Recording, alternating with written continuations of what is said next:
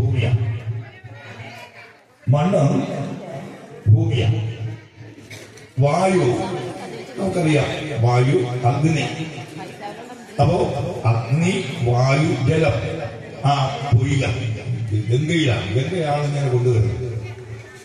അപ്പൊ ഈ ശിവന്റെ രേതസ് ഈ 5 പേരും മാറി മാറി കൊണ്ടുവന്ന് ആ ശരവണ പുഷ്പത്തിൽ, ശരവണ പൊയ്കയിലെ ആ പുഷ്പത്തിൽ, അവിടെയാണ് സപ്തർഷികളുടെ സപ്തമത്തെ ഈടാണ്.